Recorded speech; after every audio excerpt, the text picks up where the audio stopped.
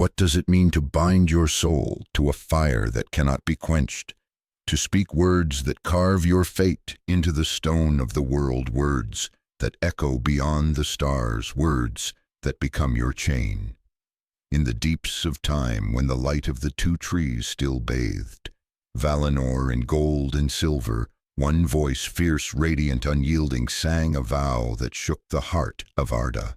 That voice was Fëanor's, the spirit of fire, whose love for his Silmarils, those jewels of eternal light, became both his crown and his curse. Could he ever have escaped the oath he swore, that relentless vow to reclaim the Silmarils from any hand at any cost until the world's end?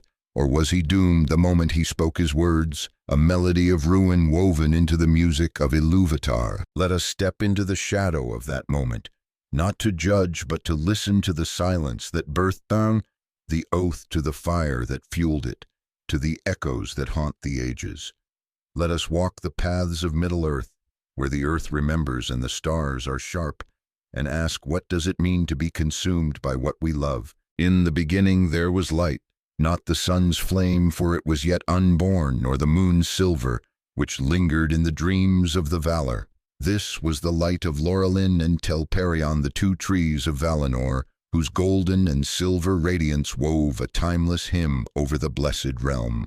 In their glow the Eldar, the elves, moved as children of eternity, their hearts untroubled, their hands crafting beauty from the world's deep wells. Among them stood Fëanor, son of Finwë, king of the Noldor, whose spirit burned brighter than any star. His name, Spirit of Fire, was no mere title. It was his essence, a flame that could forge wonders or devour all it touched. Fëanor was not like his kin. His mind was a forge, his thoughts a cascade of molten light. He saw the world not as it was, but as it might be, and his hands shaped visions into truth. He crafted the Tengwar, the letters that flow like rivers, giving form to the songs of the elves. He wrought gems that captured the shimmer of the heavens, as if he could hold the stars themselves.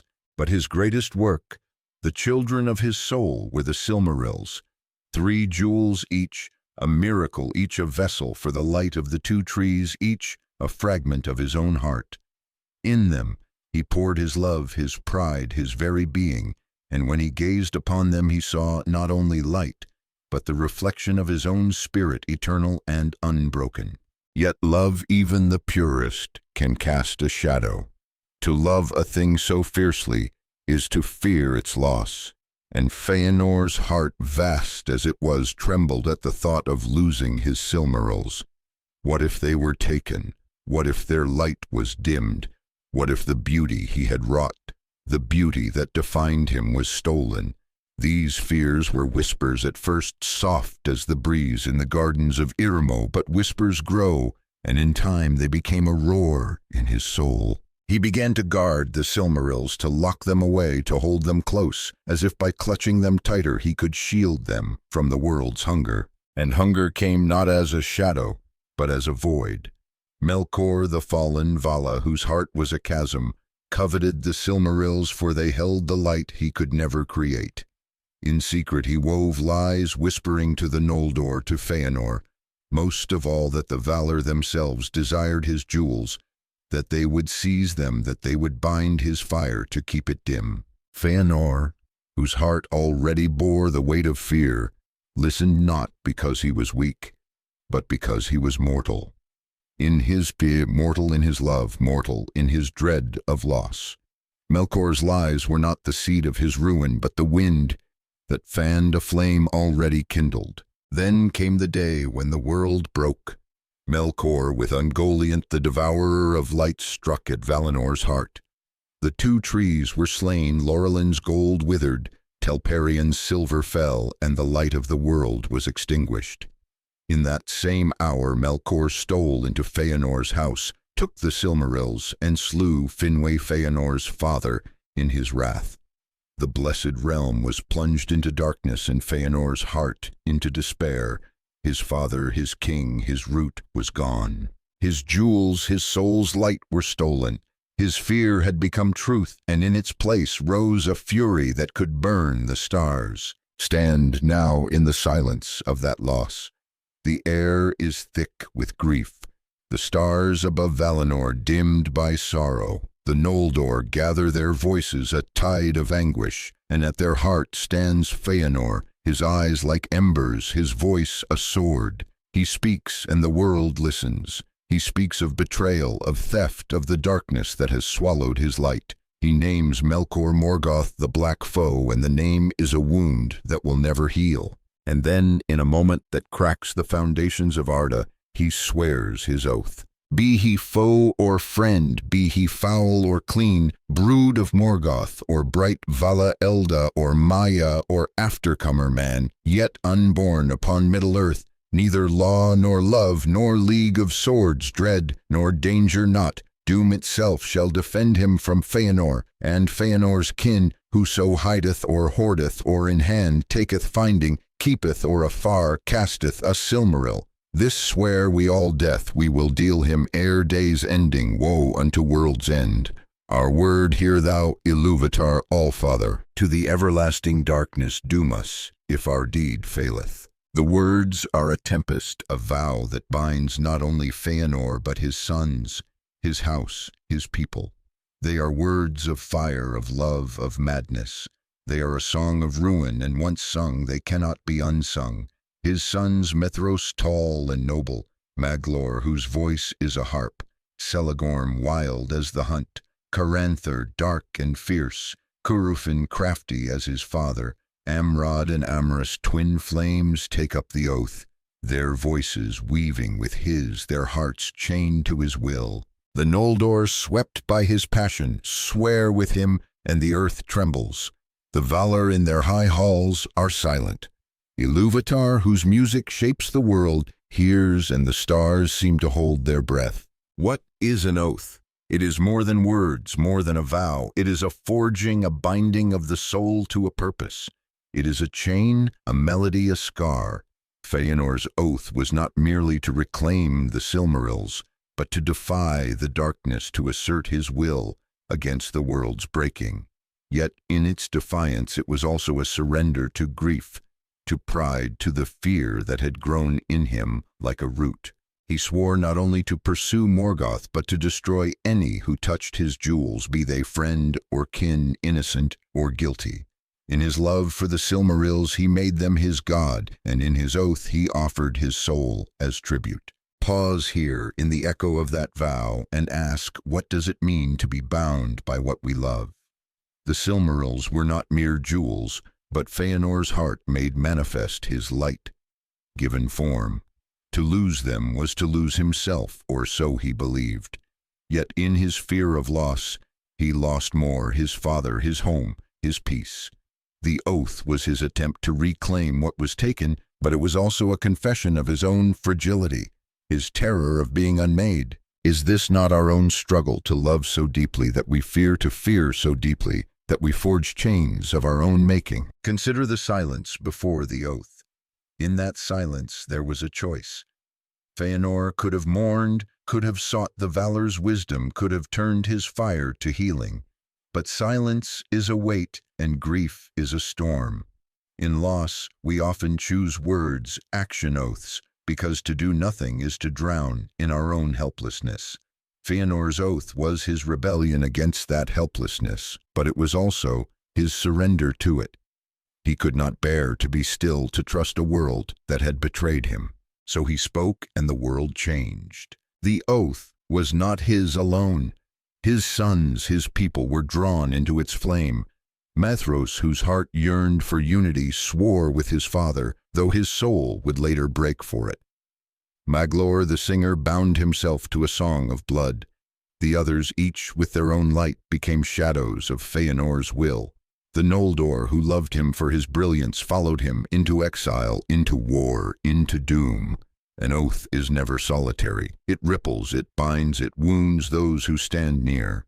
To swear is to claim power, but it is also to lose it, for the oath becomes the master and the swearer its servant. Now walk the shores of Alqualonde, where the Teleri, the sea elves, sing to the stars. Their ships, white as foam, dance on the waves. their voices soft as the tide weaves songs of the deep. Fëanor comes to them, his heart ablaze, his oath a fire in his veins. He asks for their ships to cross the sea, to hunt Morgoth, to reclaim his Silmarils. The Teleri, gentle and true, refuse. Their ships are their own Silmarils, their own love, their own light. They will not yield them, not even for Fëanor, not even for his pain. Here the oath reveals its claws. Fëanor, whose love has become a sword, will not be denied. He draws his blade, and the Noldor follow. Elf turns against elf, brother against brother, and the white shores of Alqualonde are stained with blood. The kinslaying, the first wound of the Noldor, is born of Fëanor's oath, born of his refusal to yield, born of his belief that his loss, his purpose outweighs all else. The Teleri fall, their songs silenced, their ships stolen, their trust shattered. The Noldor sail, but they sail under a curse, for the Valar sea and the doom of Mandos falls. Tears unnumbered ye shall shed. Ye have spilled the blood of your kindred unrighteously, and have stained the land of Aman. What is the cost of an oath? It is not only the swearer who pays, but the world. Fëanor's vow was to reclaim light, but it brought darkness. It was to defy Morgoth, but it made monsters of his kin. The Silmarils, those jewels of radiance, became beacons of ruin, drawing blood wherever they went. To love a thing so fiercely is to risk making it a god, and gods demand sacrifice. Fëanor sacrificed his brothers, his people, his soul, and still the Silmarils remained beyond his grasp. Linger now on these bloodied shores and ask, could Fëanor have escaped? In the silence before the oath was there another path. Could he have chosen faith over fear, trust over vengeance, hope over pride? The question is a wound, for it asks us to face our own oaths, our own chains, our own moments of fire. We too love fiercely. We too fear loss. We too speak words that bind us, words we cannot unsay. An oath is a promise, but it is also a prison, and the key lies in the heart that swore it. Fëanor's tragedy is not that he loved the Silmarils, but that he loved them above all else, above his father, his sons, the light of the trees themselves. His oath was not to reclaim, but to possess, to define himself by what he had made. In this he mirrored Morgoth, who coveted the Silmarils because he could not create them. The line between love and obsession is thin, and Fëanor crossed it not because he was evil, but because he was mortal in his way, flawed, fragile, burning with a fire that could not be contained. Yet in his tragedy there is something sacred. Fëanor's fire was not only ruinous, it was creative, radiant, divine. The Silmarils were a testament to the beauty that can spring from a single heart, a single will. His oath, though doomed, was a cry against the darkness, a refusal to let the light fade without a fight. In his failure there is a lesson. To love is to risk, to create is to invite loss, to swear is to bind oneself to a fate unseen. The ships sail now into the dark, the oath burning in the hearts of the Noldor, the Silmarils far beyond reach. The question lingers, could Fëanor ever escape the oath of the Silmarils? Not by breaking it, for an oath is a chain forged in the soul. Not by reclaiming them, for the Silmarils were never truly his to hold. Perhaps the escape lies not in victory, but in surrender, not to despair, but to something greater, something that transcends the fire of his heart. The song of Fëanor is not yet ended, and its melody, though sorrowful, weaves through the music of the world. Listen, and you will hear it still. The sea is vast, a mirror of stars and sorrow, and the stolen ships of the Teleri cut through its waves like blades through memory. The Noldor sail eastward, their hearts heavy with the blood of Alqualonde, their eyes fixed on the horizon where Middle-earth waits, shadowed and unknown. Fëanor stands at the prow, his face a mask of fire, his oath a pulse in his blood. The Silmarils are gone, held in the iron grasp of Morgoth, and the vow he swore unyielding eternal drives him forward, a star that burns without warmth. Yet the sea is not silent. It whispers of the curse that follows them, the doom of Mandos that hangs like a storm unspent. Tears unnumbered ye shall shed. What does it mean to pursue a light that blinds, to chase a love that destroys, to be bound by a vow that offers no rest? The ships reach the shores of Middle-earth, where the earth is raw and the stars are sharp. Losgard, they call this place a name that will linger like a scar. Here Fëanor's fire takes form once more, not in creation but in destruction. He gazes upon the ships, those white vessels of the Teleri stained with the guilt of their taking, and he sees not tools of passage but chains of the past. To bind his people to this new land, to sever the path back to Valinor, he commands the ships be burned. The flames rise a pyre of swan wings, and the Noldor watch as their bridge to the blessed realm turns to ash. The sky is red, the sea reflects fire, and the oath seems to laugh in the crackling of the wood. But not all follow willingly. Fingolfin, Fëanor's half-brother, and his host, who crossed the grinding ice of the Helcarax, arrive too late to see the ship's whole. They see only smoke, a betrayal written in flame. Fingolfin's heart, steadfast yet wounded, bears the weight of Fëanor's choice, for the burning of the ships is not merely a tactic. It is a declaration. There is no turning back, no mercy, no trust. The oath has divided brother from brother as it divided elf from elf. On the shores of Alcalonde, the Noldor are united in purpose yet fractured in spirit, and the Silmarils, those distant jewels, seem to mock them from afar. What is legacy, if not the shadow cast by our choices? Fëanor's oath was his own, yet it binds his sons, his people, his kin. Maedhros, eldest of his sons, stands beside him, his eyes reflecting the burning ships, his heart torn between loyalty and doubt. He swore the oath, his voice strong in the heat of that moment, but now in the cold of Middle-earth he feels its weight.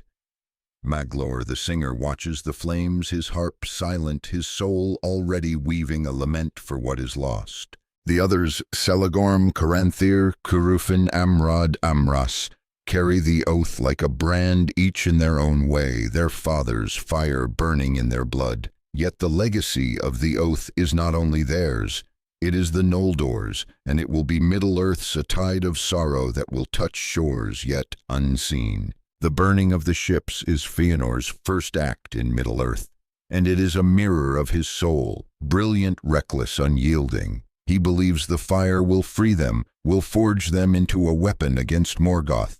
But fire does not discriminate. It consumes what it touches, and the flames at Losgard consume trust, hope, unity. The Noldor are exiles now, not only from Valinor but from each other. The oath which promised purpose begins to reveal its truth. It is a chain that binds, but also a blade that cuts. The Noldor march inland, their banners bright under the stars, their swords gleaming with the memory of Valinor's light. Fëanor leads them, his heart a furnace, his eyes fixed on Angband, Morgoth's fortress, where the Silmarils are held. Middle-earth is vast, its forests deep, its rivers wild, and the Noldor, though mighty, are strangers here. The land does not know them, and Morgoth, who has long prepared for their coming, watches from his iron throne. The first battles come swiftly, the Dagor Nuin Gileath, the battle under stars where the Noldor clash with Morgoth's hosts. Fëanor's fire is a beacon, his sword a whirlwind, and the orcs fall before him like leaves in a storm. The Noldor triumph, their strength unbroken, their hope kindled anew. But victory is a fleeting guest. Fëanor, driven by the oath, presses forward, heedless of caution, heedless of his kin. He pursues the fleeing orcs, his heart singing with the promise of vengeance, the Silmarils burning in his mind's eye. His sons follow, but they cannot match his pace, his fury. Alone or nearly so, he comes to the fields of Ardgalen where Morgoth's trap awaits. Balrog's demons of fire and shadow emerge from the dark, their whips cracking like thunder. Gothmog, their lord, towers above a nightmare of flame. Fëanor fights his sword, a star, his will, a shield. But even fire cannot burn forever. Wounded, surrounded, he falls, his body broken, his spirit unbowed. His sons arrive too late. Maedhros, Maglor, and the others find him, his life fading like an ember. Fëanor's eyes, still fierce, look to the north, to Angband where the Silmarils lie. With his final breath he curses Morgoth thrice and binds his sons to the oath anew, commanding them to pursue the jewels, to avenge him, to let no barrier stand in their way. Then, as if his fire could no longer be contained, his body is consumed in flame, leaving only ash. Fëanor, the spirit of fire, is gone, but the oath remains a chain that tightens around his sons, a shadow that darkens Middle-earth. What is loss, if not the space where love once lived? Fëanor's death is not the end of the oath, but its rebirth, sharper, heavier, more cruel. His sons, now orphans, carry his fire, but also his wounds. Maedhros, who loved his father's strength, feels the burden of leadership, the weight of a vow he cannot break. Maglor, whose songs once lifted hearts, hears only discord, the oath a melody he cannot escape. The others, each marked by their father's will, find their own paths, twisting toward darkness. The Silmarils, those jewels of light, are no longer a dream, but a curse, a beacon that draws blood wherever it shines. The Noldor mourn, but mourning is brief in a land at war. Maedhros takes up his father's mantle, his heart torn between the oath and the need to unite his people. He seeks peace with Fingolfin, whose host endured the Helcaraxi, whose heart bears the scar of the burning ships. The brothers meet, their swords sheathed, their words careful. Maedhros, in a moment of grace, yields the kingship of the Noldor to Fingolfin, seeking to heal the rift Fëanor's fire created. The gesture is noble, but the oath is not so easily set aside. It lingers in Maedhros's heart, in the hearts of his brothers, a whisper that grows louder with time. The Noldor settle in Middle-earth building realms, in Beleriand, Hithlum, Dorthonion, Nargothrond, Gondolin. They forge alliances with the Sindar, the Grey Elves, who know this land as their own. Thingol, king of Doriath, greets them with wariness, his heart guarded by the girdle of Melian, his queen. The world is vast and hope flickers, but the oath is a shadow that grows. The Silmarils held in Angband are a wound that festers, and Morgoth, secure in his fortress, laughs, for he knows the oath will do his work for him. Temptation is the oath's cruelest gift. The Silmarils are not merely jewels, but a call to the heart, a promise of glory, of wholeness, of redemption. For Fëanor's sons, they are their father's legacy, their duty, their doom. Maedhros, pragmatic and torn, seeks to balance the oath with the war against Morgoth, but the jewels haunt his dreams. Maglor, whose soul is a song, feels their light as a melody he cannot sing. Celegorm and Curufin, fierce and cunning, see the Silmarils as a right, a prize to be taken, no matter the cost. The oath tempts them to forget their kin, their allies, their own hearts, and in its temptation it reveals its power to love, a thing so fiercely as to risk losing all else. Walk now through the forests of Beleriand, where the stars pierce the canopy, and the rivers sing of ancient days. The Noldor build, they fight, they hope, but the oath is a tide that pulls them back. Maedhros, seeking strength, calls for a union of elves, a league to challenge Morgoth. The union of Maedhros, it will be called, a flicker of unity in a fractured world. But even this hope is shadowed, for the oath does not share its power. Celegorm and Curufin, driven by their father's fire, begin to see allies as obstacles, friends as foes. The Silmarils, though distant, are closer in their hearts than any bond of kinship. Consider the silence of this moment, not the silence before the oath, but the silence after. It is the silence of a world waiting, of a people bound, of a legacy that cannot be undone. In this silence Maedhros stands, his sword heavy, his heart heavier.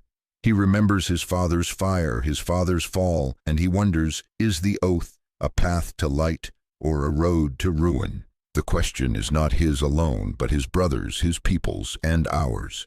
We too carry oaths, not sworn in words, perhaps, but in the choices we make, the loves we hold, the fears we cannot release. To be bound is to be human, but to be bound is also to be free, for in the chain there is a choice, faint but real, to seek something beyond the fire. The Silmarils shine in Angband, their light mocking the Noldor, their beauty, a wound that does not heal.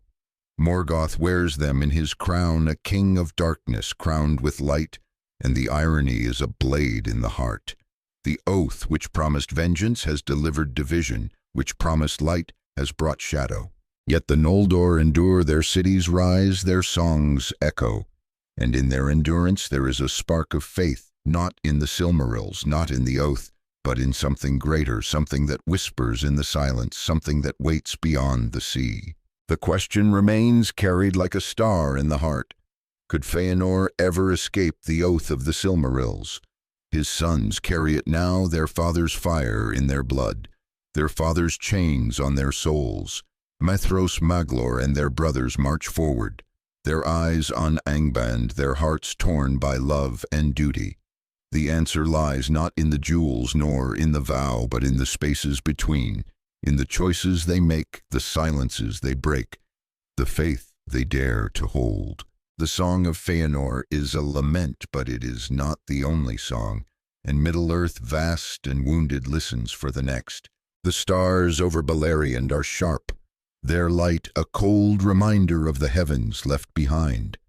The Noldor exiles of fire and sorrow carve their realms from the wild earth, Hithlum's mists, Dorthonian's heights, Gondolin's hidden splendor. Yet the oath of Fëanor, a chain forged in Valinor, tightens around their hearts, its weight heavier with each passing year. The Silmarils, locked in Morgoth's iron crown, shine in Angband's depths, a taunt, a wound, a call to ruin. Maedhros, now leader of his father's sons, stands on the hills of Himring, his eyes northward, his soul torn between duty and dread. The oath whispers, relentless, reclaim the jewels, avenge the father, defy the dark. But what does it mean to chase a light that burns, to honor a vow that breaks, to carry a legacy that consumes? The years stretch and Beleriand breathes uneasily under the shadow of Angband. Morgoth's power grows, his orcs multiply, his spies creep through the forests. The Noldor with their Sindarin allies hold their lands, their swords bright, their songs defiant. Maedhros, ever seeking unity, dreams of a great alliance, a tide to sweep Morgoth's darkness away. The union of Maedhros gathers strength, Fingolfin's host, Finrod's wisdom, the Sindar of Doriath. Even men newly risen in the east join the call. Hope flickers fragile but real as the elves prepare for war, their banners catching the starlight. Yet the oath, like a crack in the earth, undermines their foundations, for it does not share its purpose with any cause but its own. Celegorm and Curufin, Fëanor's fiercest sons, carry the oath like a blade, its edge turned outward and inward. In Nargothrond, Finrod's golden realm, they dwell as guests, their words sharp, their hearts restless. The Silmarils are their father's blood, their right, their god, and they see all else, kin, allies, honor, as lesser. When Beren, a man of the house of Beor, comes to Doriath and wins the love of Luthien Thingol's daughter, the oath stirs like a beast. Thingol, in his pride, demands a Silmaril from Morgoth's crown as the price for Luthien's hand, a challenge born of love, but steeped in folly. The words reach Celegorm and Curufin, and the oath ignites within them a fire that blinds. What is temptation, if not the voice that calls us to betray ourselves? The Silmarils for Celegorm and Curufin are not merely jewels, but a promise of power, of legacy, of being Fëanor's truest heirs. They see Beron's quest as a theft, a violation of their vow, and their hearts harden. In Nargothrond they speak against Finrod, their cousin, who vows to aid Beron in honor of an old debt. Their words are poison sowing fear among the people. To challenge Morgoth is madness, to seek the Silmarils is to invite doom. Finrod steadfast departs with Beron, but Nargothrond turns from him, swayed by Celegorm and Curufin's fire. The oath sworn to unite Fëanor's kin now divides them, setting cousin against cousin, realm against realm. The betrayal cuts deep. Finrod, captured by Sauron, Morgoth's lieutenant, faces death in the pits of Tol in Gaurhoth, his light dimmed but unbroken. Beron and Luthien, through love and song, defy the dark, and in a miracle that shakes the world, they wrest a Silmaril from Morgoth's crown. The jewel, radiant as a star, is carried back to Doriath, but its light is a flame that draws blood. Celegorm and Curufin, driven by the oath, ambush Beron and Luthien, their swords raised against their own kin. The attempt fails, their treachery exposed, and they are cast out from Nargothrond, their names cursed. Yet the oath does not relent. It drives them still, a hunger that cannot be sated. Wander now to Doriath, where the Silmaril rests in Thingol's halls, its light a wonder and a danger. Melian, the Maya queen, senses its power, its curse, and warns her husband.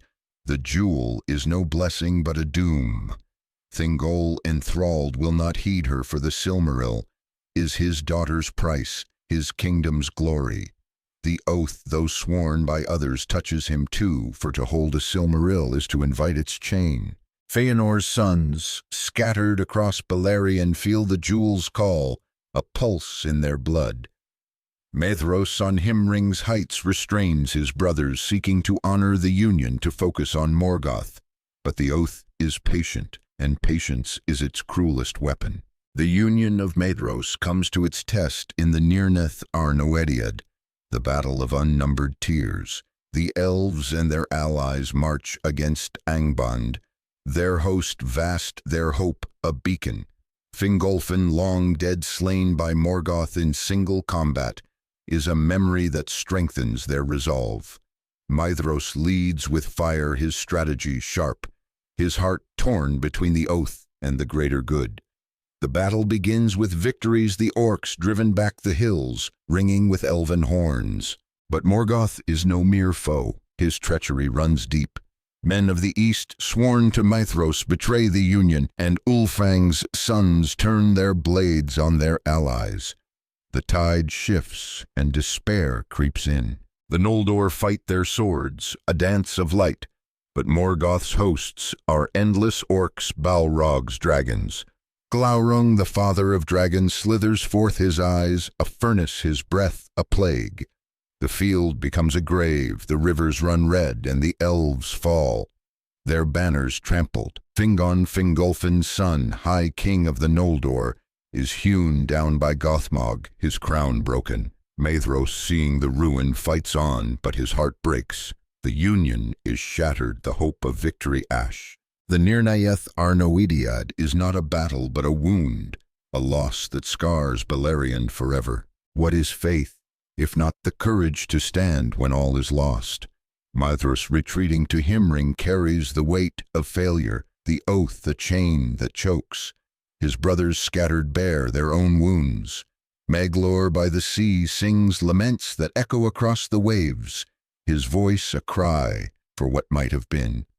Celegorm and Curufin, hardened by their treachery, see the Silmaril in Doriath as their only redemption. The oath which promised light has brought only tears, yet the Noldor endure their cities hidden, their hearts defiant. Faith is not in the Silmarils nor in the oath, but in the spark that lingers, the whisper that says, the dark is not eternal. Stand now in the ruins of the Nirnaeth, where the earth is silent but for the wind's mournful song. The Silmaril in Doriath shines a star in a shadowed land, but its light is a call to doom. Celegorm and Curufin, their hearts consumed, send word to Thingol demanding the jewel. Their brothers, bound by the oath, join the call. Maedhros with reluctance, Maglor with sorrow, Caranthur with wrath. Thingol refuses his pride, a mirror of Fëanor's, and the oath awakens fully, a beast unchained. The sons of Fëanor march on Doriath, their swords drawn, their hearts hardened by years of loss. The second kinslaying is a storm of blood.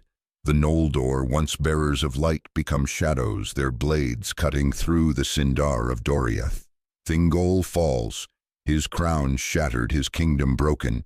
Melian, in grief, departs her girdle, fading, leaving Doriath defenseless.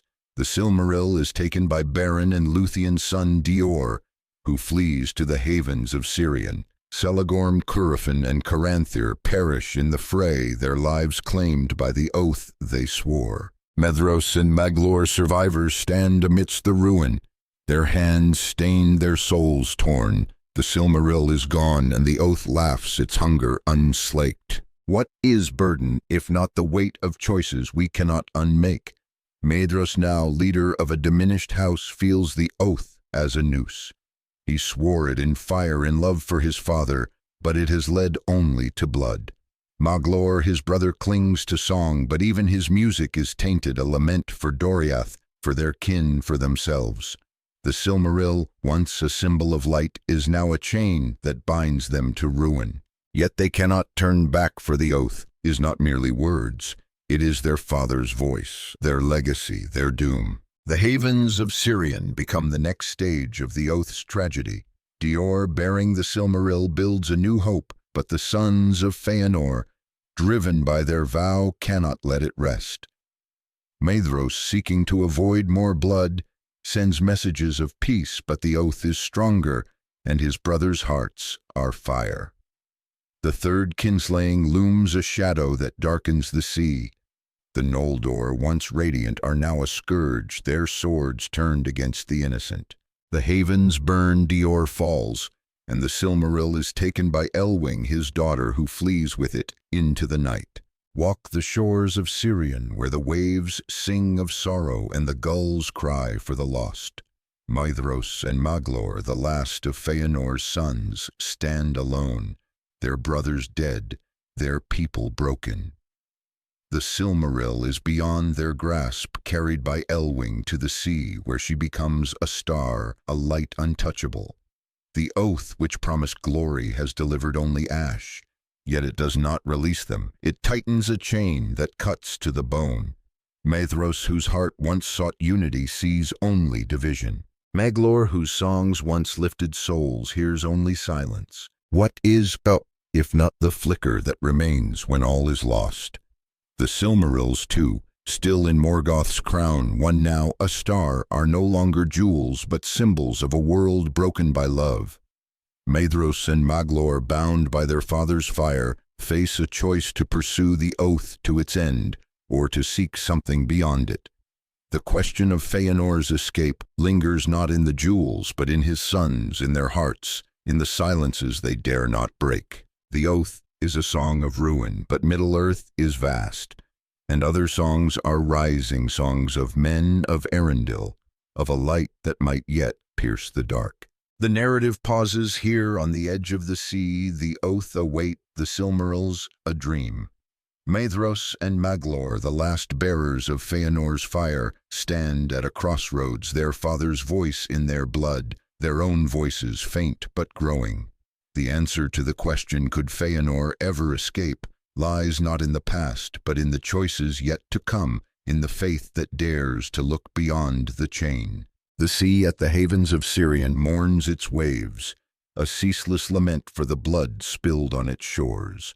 The gulls wheel above their cries sharp as memory, while the stars, those ancient witnesses, gaze down on Maedhros and Maglor, the last sons of Fëanor, standing alone amidst the wreckage of the third kinslaying. The Silmaril they sought, borne by Elwing, has fled beyond their grasp, transformed into a star that shines in the heavens, a light they cannot touch. The oath, their father's fire, burns in their blood, a chain that tightens with every breath, whispering of the two jewels still held in Morgoth's crown, far in the iron depths of Angband. What does it mean to pursue a vow that offers no redemption, to carry a burden that crushes the soul, to seek a light that only blinds? Beleriand is a land of scars, its rivers stained, its forests silent. The Noldor, once radiant, are diminished, their realms crumbling under Morgoth's shadow. Gondolin has fallen, its white towers dust.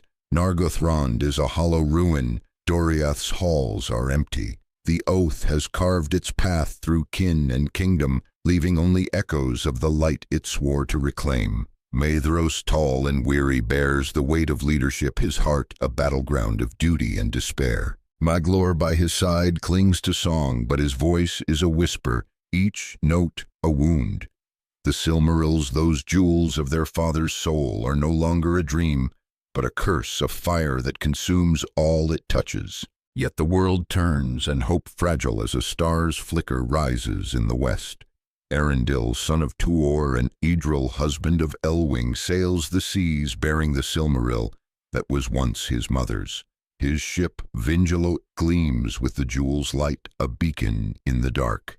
Guided by the Valor's grace, he seeks the shores of Valinor to plead for aid against Morgoth, to bring light to a world drowning in shadow. The Silmaril, now a star, shines above, a symbol of hope for the weary, but for Maedhros and Maglor, it is a blade in the heart. The Oath stirs, relentless, demanding they pursue even this light, though it hangs beyond the world's reach. What is silence, if not the space where the soul wrestles with itself? Maedhros stands on the cliffs of Sirion, his eyes on the star, his hand on his sword. The Oath is his father's voice, commanding him to act, to claim, to kill. But another voice, faint but growing, whispers of weariness, of sorrow, of a world bled dry by their vow. Maglor beside him sings softly, a melody of loss that carries the names of their brothers. Celegorm, Curufin, Caranthir, Amrod, Amras, all fallen to the Oath's hunger. The silence between their words is heavy. A space where questions linger. Can they break free, or are they doomed to follow the fire to its end? The tide of history shifts, and the Valar answer Arendel's plea. From Valinor comes the host of the West, a host of light and wrath led by Eonwe, herald of Manwë. The War of Wrath begins, a cataclysm that shakes the foundations of Middle-earth. The skies burn, the earth trembles, and Morgoth's hosts, Orcs, Balrog's dragons, clash with the Valar's might. Ancalagon, the black greatest of dragons, rises, his wings a storm, but Arundel, with the Silmaril's light, slays him, and the dragon falls, breaking the towers of Thangorodrim. The war is vast, its battles a song of fire and sorrow, and Beleriand, caught in the fury, begins to sink beneath the waves. Maedhros and Maglor, exiles among their own, watch from the margins. The Oath, once a clarion call, is now a shadow, but it does not fade. They fight not for victory, but for survival, their swords heavy with the blood of kin and foe. Morgoth is defeated, his crown broken, his power unmade. The two remaining Silmarils are taken from him, guarded by Eonwe in the camp of the Valar. The jewels, radiant as ever, shine like stars on the earth, and their light is a call to the sons of Fëanor, a final test of their vow. The camp of the Valar is a place of light, but for Maedhros and Maglor it is a crucible. The Silmarils are near closer than they have been since Valinor, yet guarded by powers beyond their strength. Maedhros, his heart a storm, feels the Oath's pull, a fire that burns through reason. Maglor, his voice nearly spent, pleads for another path, for surrender, for peace. The Oath has taken all he says, his words a song of grief. Our brothers, our kin, our souls, what more can it demand? Maedhros, his eyes on the jewels, replies, it demands everything, for it is our father's will, and we are his sons. What is temptation, if not the lure of a choice already made? The Silmarils are not merely jewels, but the last fragments of Fëanor's fire, the legacy that defines them. To claim them is to fulfill the oath, to honor their father, to be whole. To abandon them is to betray him, to admit defeat, to lose themselves. The choice is a wound, and in its pain they act. In the dead of night they steal into the camp, their swords drawn, their hearts breaking. They slay the guards, their own kin, and take the Silmarils, one for each. The camp awakens, but Eonwe, in his wisdom, does not pursue. The sons of Fëanor flee, the jewels burning in their hands, the oath, a triumph and a curse. Walk now the broken lands of Middle-earth, where the earth groans and the sea encroaches. Maedhros holds his Silmaril, its light searing his flesh, a pain that mirrors his soul. Maglor, clutching his own, feels its weight, a burden heavier than stone. The jewels, once their father's glory, reject them. Their light, a judgment, the oath fulfilled at last, offers no peace, only truth. The Silmarils were never theirs to hold, for their hands are stained, their hearts bound by blood. Maedhros, standing on a cliff above a chasm of fire, sees the end. The oath was our doom, he says, his voice steady, his eyes clear. I will not carry it further. With a final act he casts himself and the Silmaril into the earth's molten heart, his fire joining the world's. Maglor alone wanders the shore, the Silmaril. In his hand its light a torment, he sings a lament that carries the weight of ages, the names of his father, his brothers, his kin. The oath is silent now, its chain broken, but its scars remain. In despair he casts the Silmaril into the sea, where it sinks, its light a star beneath the waves. The jewel is lost, but Maglor endures, a wanderer, his songs a memory of light and loss. The sea sings with him a melody of sorrow that will echo through the ages, a testament to the oath's final cost. What is loss, if not the price of love? The Silmarils, Fëanor's heart, are gone, one a star, one in the earth, one in the sea. The oath which promised glory has delivered only ruin, yet in its ruin there is a strange clarity. Maedhros in his end found release, a surrender not to despair but to truth. Maglor in his wandering carries the burden still, but his songs are a bridge, a light that pierces the dark. The oath was their chain, but it was also their choice, and in its breaking they glimpse something beyond a world where light endures not in jewels, but in the hearts that dare to love. The war of wrath ends, and Middle-earth is remade.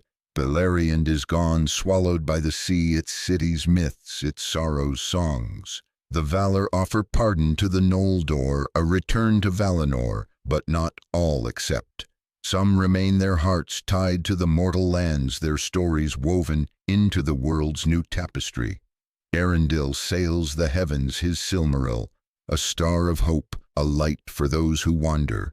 Maglor, the last son of Fëanor, walks the shores, his voice a whisper, his soul a wound. The oath is silent, but its echoes linger, a melody that haunts the world. What is faith, if not the courage to see beyond the chain? Fëanor's oath was a fire that consumed, but it was also a cry against the dark, a refusal to let the light fade. His sons, bound by his will, walked paths of blood and sorrow, but in their choices, Maedhros's surrender, Maglor's song, they found a flicker of redemption.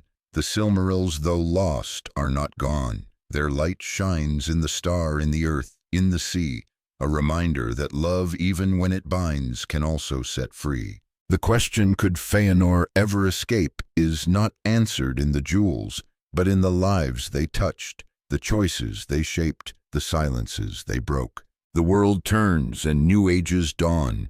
Men rise, their cities gleaming, their stories bold. The elves fade, their light soft but enduring. Maglor's songs, carried by the wind, reach ears unborn, a testament to the fire that burned too bright, the love that broke the world.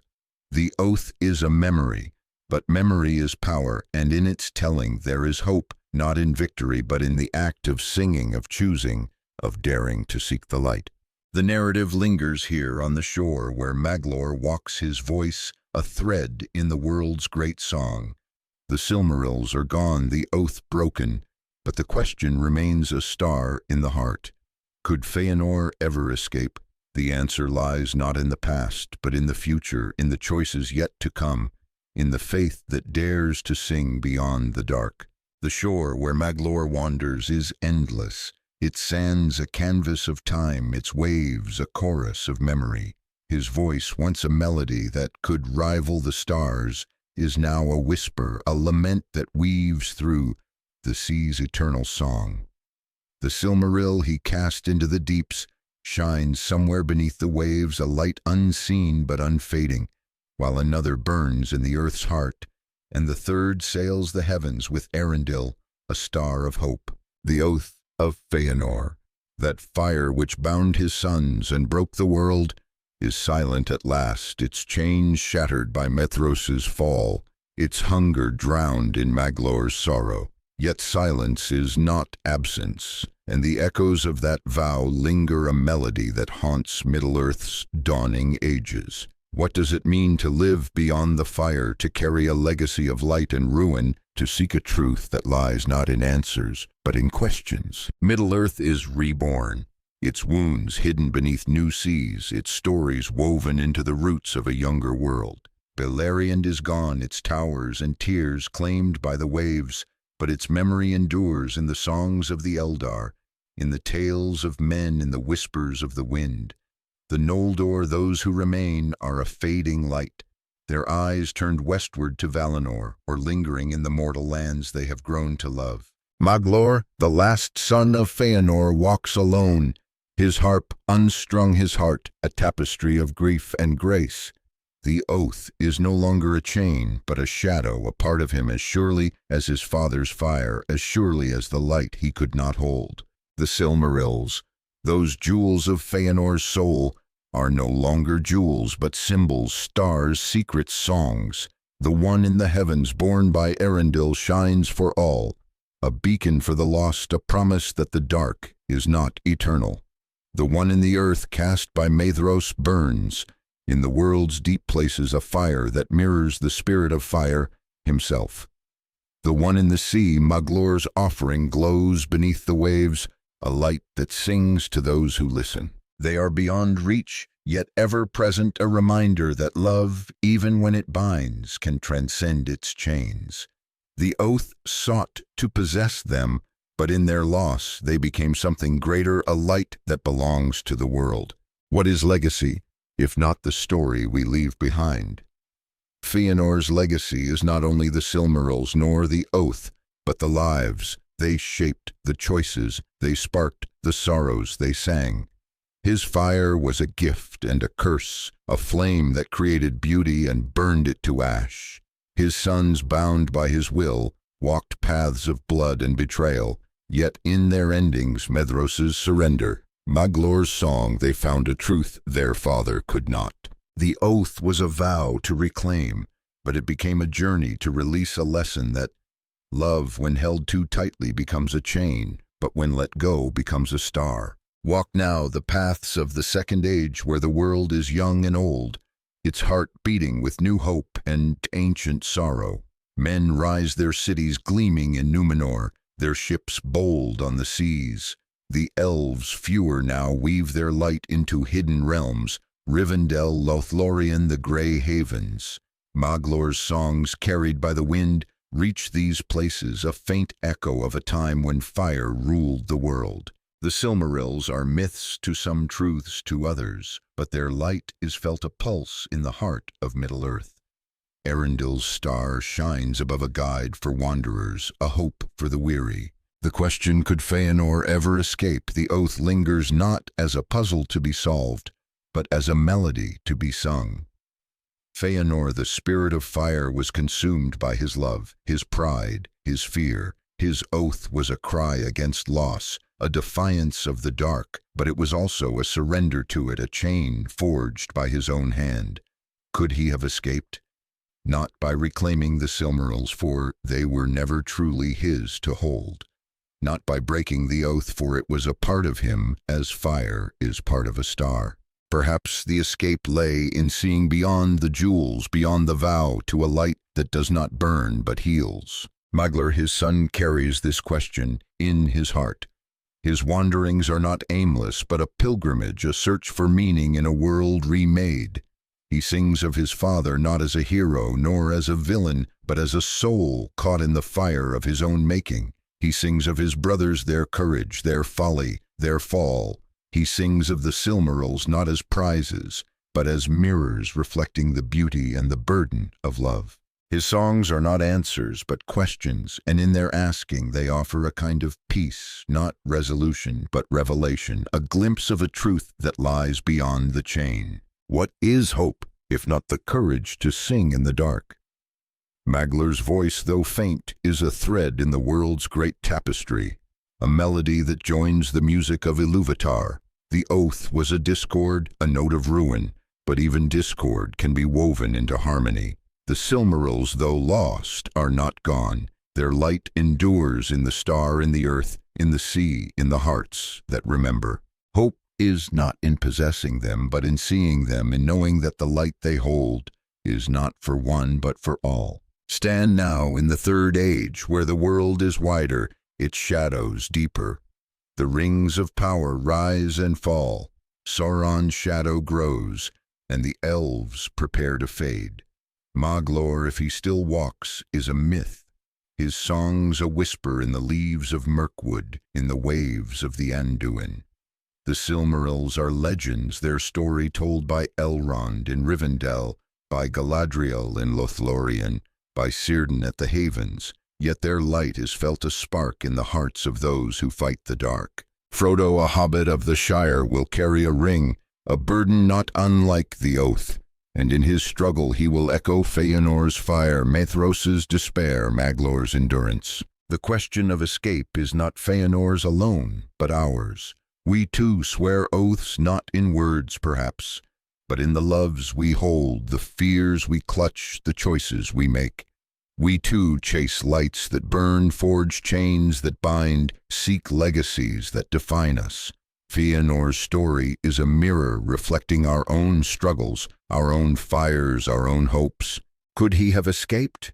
The answer lies not in the Silmarils, nor in the oath, but in the spaces between, in the silence before the vow, in the choice to let go, in the faith to see beyond the self. Maglor's songs, if they still echo, are a bridge across time, a reminder that even the deepest wounds can birth beauty.